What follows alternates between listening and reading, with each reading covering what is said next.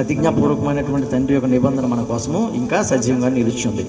కావున మనము ఆయన్ను ఎడతెగ ప్రార్థన చేస్తూ ఉండాలి.